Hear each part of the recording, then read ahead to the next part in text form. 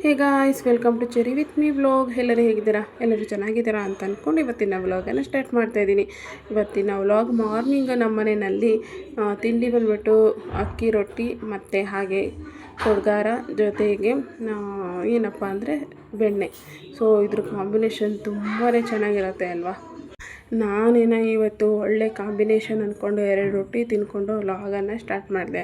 But ಈ vlog ಹೋಗ್ತಾ ಹೋಗ್ತಾ ಯಾವ ರೀತಿ ಎಡವಟ್ಗಳನ್ನು ಮಾಡ್ಕೊಂಡಿದ್ದೀನಿ ಅನ್ನೋದನ್ನ ಈ ವ್ಲಾಗಲ್ಲೇ ಹೇಳ್ಬಿಡ್ತೀನಿ ಬನ್ನಿ. ನೋಡಿ, ನಿನ್ನೆ ನೈಟ್ ಅಕ್ಕಿ ತಂದಿದ್ವಿ. ಅಕ್ಕಿನ ಎತ್ತಕ್ಕಾಗ್ದಲೇ ಇರೋ ಅಷ್ಟು ನನಗೆ ಏನಾಗ್ಬಿಟ್ಟಿದೆ ಅನ್ನೋದೇ ನನಗೆ ಗೊತ್ತಾಗ್ತಿಲ್ಲ. ಸೊ ಅಕ್ಕಿನ ಜಸ್ಟ್ ಹಿಂಗೆ ಮೇಕೆತ್ತು ಕೆಳಗೆ ಬಿಟ್ಟಡಿಕೆ ಕೆಳಗಡೆ ಡಬ್ಬಂತ ಕವರೇ ಹೊಡೆದೋಯ್ತು. ಸೊ ಅಕ್ಕಿ ಎಲ್ಲ ಮನೆ ತುಂಬ ಹರಡ್ಕೊಂಡಿದೆ. ಮೊದಲೇ ನನಗೆ ಒಂಥರ ಏನೇನೋ ಆಗ್ತಿರುತ್ತೆ. ನಾನು ಇಲ್ಲೇ ಇಲ್ಲ, ಎಲ್ಲೋ ಇದ್ದೀನಿ, ಎಲ್ಲೋ ಇದ್ಕೊಂಡು ಕೆಲಸ ಮಾಡಿದರೆ ಹೆಂಗೆ ಅಲ್ವಾ ಆಗೋದು ಅನಿಸ್ಬಿಡುತ್ತೆ. ತುಂಬಾ ಮೈಕೈ ನೋವು, ತಲೆ ಎಲ್ಲ ಒಂಥರ ತಿರ್ಗೋವಂಥದ್ದು ಎಲ್ಲ ಆಗೋ ಟೈಮಲ್ಲಿ ಈ ರೀತಿ ಆದರೆ ತಲೆ ಕೆಟ್ಟೋಗ್ಬಿಡುತ್ತೆ. ಏನೂ ಮಾಡೋಕ್ಕಾಗಲ್ಲ. ನಾನೇ ಮಾಡಿರೋ ತಪ್ಪಲ್ವಾ ಅಂತ ಹೇಳ್ಬಿಟ್ಟು ಮೊದಲು ಇದನ್ನೆಲ್ಲ ಕ್ಲೀನ್ ಮಾಡ್ಕೊಳ್ತಾ ಇದ್ದೀನಿ. ನನ್ನ ಮಗಳು ಓನರ್ ಆಂಟಿ ಮನೆಗೆ ಹೋಗಿದ್ಲು. ಸೊ ಅವಳು ಬರೋ ಅಷ್ಟೊತ್ತಿಗೆ ಇದನ್ನೆಲ್ಲ ಕ್ಲೀನ್ ಮಾಡಿಬಿಡ್ಬೇಕು. ಅವಳು ಬಂದರೆ ಇದ್ರ ಜೊತೆ ಇನ್ನೂ ಒಂದು ಡಬಲ್ ಕೆಲಸಗಳನ್ನ ಕೊಟ್ಬಿಡ್ತಾಳೆ.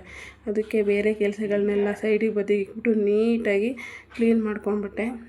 ಸೊ ಇವತ್ತು ಕೆಲಸ ತುಂಬಾ ಜಾಸ್ತಿ ಇತ್ತು. ಅದಕ್ಕೋಸ್ಕರ ವ್ಲಾಗೆಲ್ಲ ಜಾಸ್ತಿ ಮಾಡೋದಕ್ಕಾಗಲಿಲ್ಲ. ಎಲ್ಲ ಕೆಲಸ ಮುಗಿಸ್ಕೊಂಡ ನಂತರ ನಾನೇನೋ ಅಡುಗೆ ಮಾಡಿದರೆ ನನ್ನ ಮಗಳಿಗೆ ಬಿಸಿ ಬಿಸಿಯಾಗಿ ಅಡುಗೆ ಮಾಡಿಟ್ಟಿದ್ರೆ ಅವಳು ನೋಡಿ ನನಗೆ ಮ್ಯಾಗಿ ಬೇಕು ಅಂತ ಆಟ ಇಟ್ಕೊಂಡು ಕೂತ್ಕೊಂಡ್ಳು. ಸೊ ಮ್ಯಾಗಿ ನಾವು ತಂದಿರಲಿಲ್ಲ, ಮನೆಯಲ್ಲೇ ಪಾಸ್ತಾ ಇತ್ತು.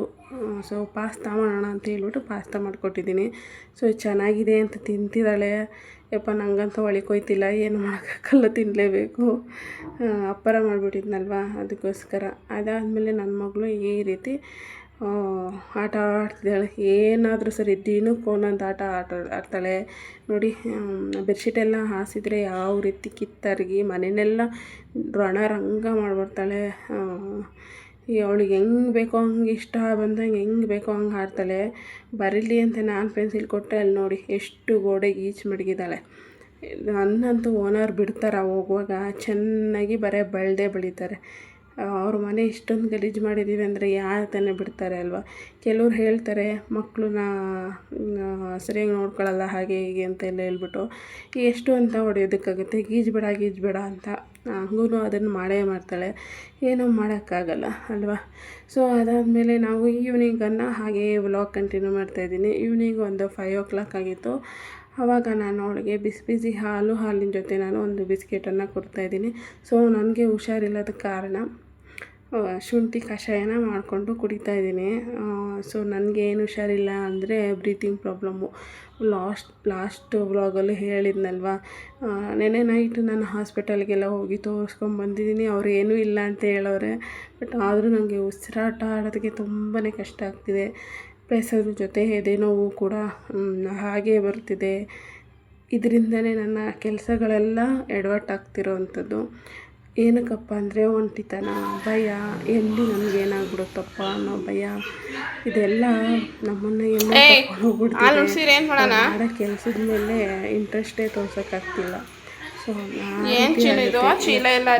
ಆಗ್ತಿರೋ ಎಡವಟ್ಟುಗಳೆಲ್ಲ ಹಿಂಗೇನೆ. ಯಾರಾದರೂ ನಮ್ಮ ಜೊತೆ ಇರಬೇಕು, ಕಷ್ಟಗಳನ್ನ ಸುಖಗಳನ್ನ ಕೇಳೋದಕ್ಕೆ ಅಂತ ಅನಿಸುತ್ತೆ. ಹೇಳ್ಕೊಳ್ಳೋ ಅಂತಾರೆ ನಮ್ಮನ್ನು ದೂರ ಮಾಡಿಬಿಟ್ರೆ ನಾವ್ಯಾರು. ಸೊ ಅಂಥ ಟೈಮಲ್ಲಿ ಒಂಟಿತನ ಕಾಡುತ್ತಲ್ವ, ಆವಾಗ ಭಯಗಳು ಶುರುವಾಗುತ್ತಲ್ಲ, ಆವಾಗ ಈ ರೀತಿಗಳೆಲ್ಲ ಮಾಡೋಕ್ಕಾಗಲ್ಲ. ಇದನ್ನೆಲ್ಲ ಫೇಸ್ ಮಾಡಿಕೊಂಡು ಮುಂದೆ ಹೋಗ್ಲೇಬೇಕು. ಏನು ಮಾಡೋಕ್ಕಾಗತ್ತೆ ಅಲ್ವಾ. ಸೊ ಇವತ್ತು ನಮಗಂತೂ ತಲೆ ಹಿಡಿಯೋಕ್ಕಿದೆ. ಬೆಳಗ್ಗೆನೇ ಅಕ್ಕಿ ಚೆಲ್ಲಿ ಎಡ್ವಟ್ಟು ಮಾಡಿಕೊಂಡೆ. ಈಗ ಸಂಜೆ ಇನ್ನೊಂದು ಥರ ಎಡ್ವಟ್ಟು. ಈ ರೀತಿ ಏನಾದರೂ ಮಾಡ್ತಾಯಿದ್ರೆ ನನ್ನಂತೂ ನಿಮ್ಮ ಮೆಂಟ್ಲ್ ಆಸ್ಪತ್ರೆಗೆ ಸೇರಿಸ್ಬಿಡ್ತಾರೆ ನಮ್ಮ ಮನೆಯವರು. ಸಂಜೆ ತುಂಬ ಯೋಚನೆ ಮಾಡ್ತಾಯಿದ್ದೀನಿ. ಎಲ್ಲರೂ ಹೇಳ್ತಾರೆ ಅಷ್ಟೊಂದು ಓವರ್ ಥಿಂಕಿಂಗ್ ಒಳ್ಳೆಯದಲ್ಲ ಅಂತ. ಆದರೂ ಓವರ್ ಥಿಂಕ್ ಜಾಸ್ತಿ ಆಗಿಬಿಟ್ಟಿದೆ. ನೋಡಿ, ಇಷ್ಟೊಂದು ಬಟ್ಟೆ ಕೈಯಲ್ಲಿ ತೊಳೆದೆ. ಇವಾಗ ಮಿಷಿನ್ ಇದ್ರೂ ಕೈಯಲ್ಲಿ ಹಾಕಿ ತೊಳೆದೆ ಅಂತಂದರೆ ನಮ್ಮದು ಫ್ರಂಟ್ ಲೋಡ್ ಮಿಷಿನ್ನು.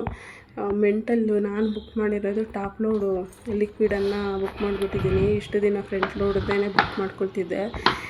ನನ್ನ ಮೈಂಡ್ ಎಲ್ಲೋ ಇತ್ತಲ್ಲ, ಅದಕ್ಕೋಸ್ಕರ ಮಿಸ್ಸಾಗಿ ಟಾಪ್ ಲೋಡ್ ಬುಕ್ ಮಾಡಿದ್ದೀನಿ. ಈಗ ಯೂಸ್ ಮಾಡೋಕ್ಕಾಗಲ್ಲ, ಬಿಡೋಕ್ಕಾಗಲ್ಲ. ಫ್ಲಿಪ್ಕಾರ್ಟಲ್ಲಿ ಬುಕ್ ಮಾಡಿರೋದ್ರಿಂದ ಅದು ರಿಟರ್ನ್ ಕೂಡ ತೊಗೊಳ್ತಿಲ್ಲ. ನಾನಂತೂ ಕಸ್ಟಮರ್ ಕೇರ್ಗೆ ಕಾಲ್ ಮಾಡಿ ಹಿಂಸೆ ಕೊಟ್ಟು ಮಡಗಿದ್ದೀನಿ.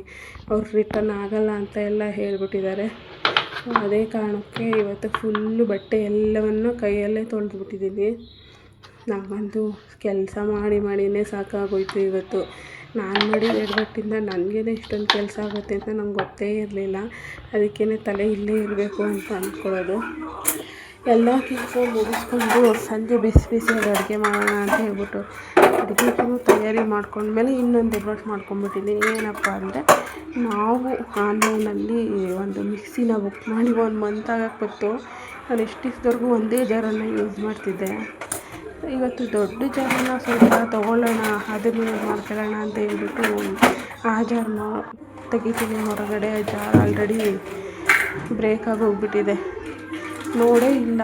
ಅಟ್ಲೀಸ್ಟ್ ನೋಡಿದ್ರೆ ರಿಟರ್ನ್ ಆದರೂ ಮಾಡ್ಬೋದಿತ್ತು. ಈ ವಿಷಯ ಏನಾದರೂ ನಮ್ಮ ಮನೆಯವ್ರಿಗೆ ಗೊತ್ತಾದರೆ ನನ್ನಂತೂ ಸುಮ್ಮನೆ ಬಿಡ್ತಾರಾ? ಇಲ್ಲ, ಏನೂ ಮಾಡಲ್ಲ, ಬೈಬಿಟ್ಟು ಸುಮ್ಮನೆ ಆಗ್ತಾರೆ. ಬಿಡು, ಹೊಸದು ಹಾಕಿಸ್ಕೊಂಡ್ರಾಯ್ತು ಅಂತ ಅಂದ್ಕೊಂಡು ಸುಮ್ಮನೆ ಆಗ್ತಾರೆ. ಹೊಸದು ಒಂದು ಸಲನೂ ಯೂಸ್ ಮಾಡಿಲ್ಲ, ಏನಿಲ್ಲ.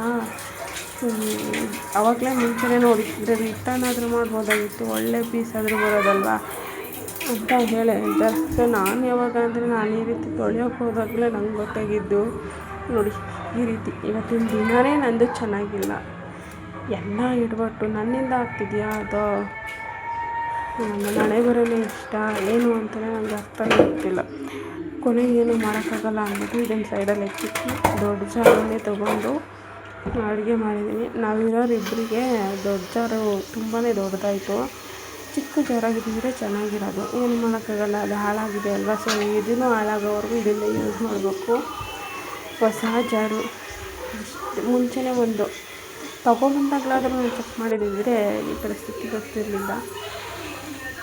ಇಂಥ ಎಡವಟ್ಟುಗಳನ್ನ ಮಾಡ್ಕೊತಾ ಇದ್ದೀನಿ. ಎಲ್ಲರೂ ಅಂದ್ಕೊತಾರೆ, ನಿನಗೆ ನಮ್ಮ ಮನೆಯಲ್ಲಿ ಆರಾಮಾಗಿದೆಯಾ, ಒಬ್ಬಳೇ ಇರ್ತೀಯ, ಆರಾಮಾಗಿರ್ತೀಯ, ಯಾರ ಕಟನೂ ಇಲ್ಲ, ಏನೂ ಇಲ್ಲ ಅಂತಾರೆ. ನನಗೆ ನನ್ನದೇ ಕಾಟ ಅಂತ ನಾನು ಹೇಳ್ಕೊಳ್ತೀನಿ. ಏನು ಮಾಡೋಕ್ಕಾಗಲ್ಲ. ಇಂಥ ಎಡವಟ್ಟುಗಳನ್ನೆಲ್ಲ ಮಾಡ್ಕೊಂಡು ಕೊನೆಗೆ ನನ್ನ ಮಗಳು ಆಟ ನೋಡ್ಕೊಂಡು ನಾನು ನೆಮ್ಮದಿಯಾಗಿರಬೇಕು. ಅವಳು ಮಾಡೋ ಅದು ವಿಡಿಯೋನ ಶೇರ್ ಮಾಡ್ತೀನಿ ಇನ್ನು ಮುಂದೆ. ಓನರ್ ಮಲ್ಲಿ ಮೊಸರು ಇಸ್ಕೊಂಬಂದಾಳೆ. ಯಾಕೆ ತಿಂತಿದ್ಯಾ ಮೊಸರನ್ನ? ಜೋರಾಗಿ ಮಾತಾಡು. ಏನು ಅದು? ಯಾರು ಕೊಟ್ಟಿದ್ದು? ಯಾಕೆ ಕೊಟ್ಟರು? ಅದು ಸರಿ, ನಾನೇನು ಹೇಳೋದು, ಯಾಕೆಂದರೆ ಅವಳಿಗೆ ಮೊಸರು ಅಂದರೆ ತುಂಬಾ ಇಷ್ಟ. ಮೊಸರನ್ನ ಯಾರು ಕೊಟ್ರೂ ಇಸ್ಕೊಂಡು ತಿಂತಾಳೆ. ಅದು ಬಿಟ್ಟರೆ ಬೇರೆ ಏನು ಕೊಟ್ಟರು ಅವಳು ತಿನ್ನಲ್ಲ. ಚಾಕ್ಲೇಟು ಮೊಸರನ್ನ ಅಷ್ಟೇ. ಸೊ ಅವರು ಮೊಸರನ್ನ ಕೊಟ್ಟು ಕಳಿಸಿದ್ದಾರೆ. ಚೆನ್ನಾಗಿ ಈಗ ಊಟ ಮಾಡ್ತಾಳೆ. ಮೊಸರನ್ನ ಅಂದರೆ ಹೊಟ್ಟೆ ತುಂಬ ತಿಂತಾಳೆ. ಹಂಗೊಂದು ಕೊಡ್ತೀಯಾ? ಯಾಕೆ? ನಾನು ಕೀಟ್ಲೇನಾ? ಸರಿ, ದೋಸೆಗೆ ಏನು ಚಟ್ನಿ? ಇಪ್ಪಿಟ್ಟಲ್ಲ, ಅದು ನಿಪ್ಪಿಟ್ಟು. ಮಾಡು ತಿನ್ನೋಣ.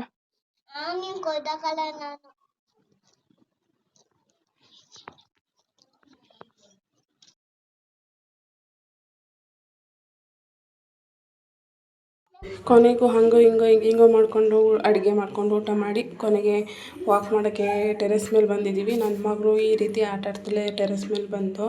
ಸೊ ಇದಾಗಿತ್ತು ಇವತ್ತಿನ ವ್ಲಾಗ್. ಈ ವ್ಲಾಗನ್ನು ಇಲ್ಲಿಗೆ ಎಂಡ್ ಮಾಡ್ತಾಯಿದ್ದೀನಿ. ಯಾರೆಲ್ಲ ನನ್ನ ಚಾನಲ್ಗೆ ಸಬ್ಸ್ಕ್ರೈಬ್ ಆಗಿಲ್ಲ, ಬೇಗ ಸಬ್ಸ್ಕ್ರೈಬ್ ಆಗಿ.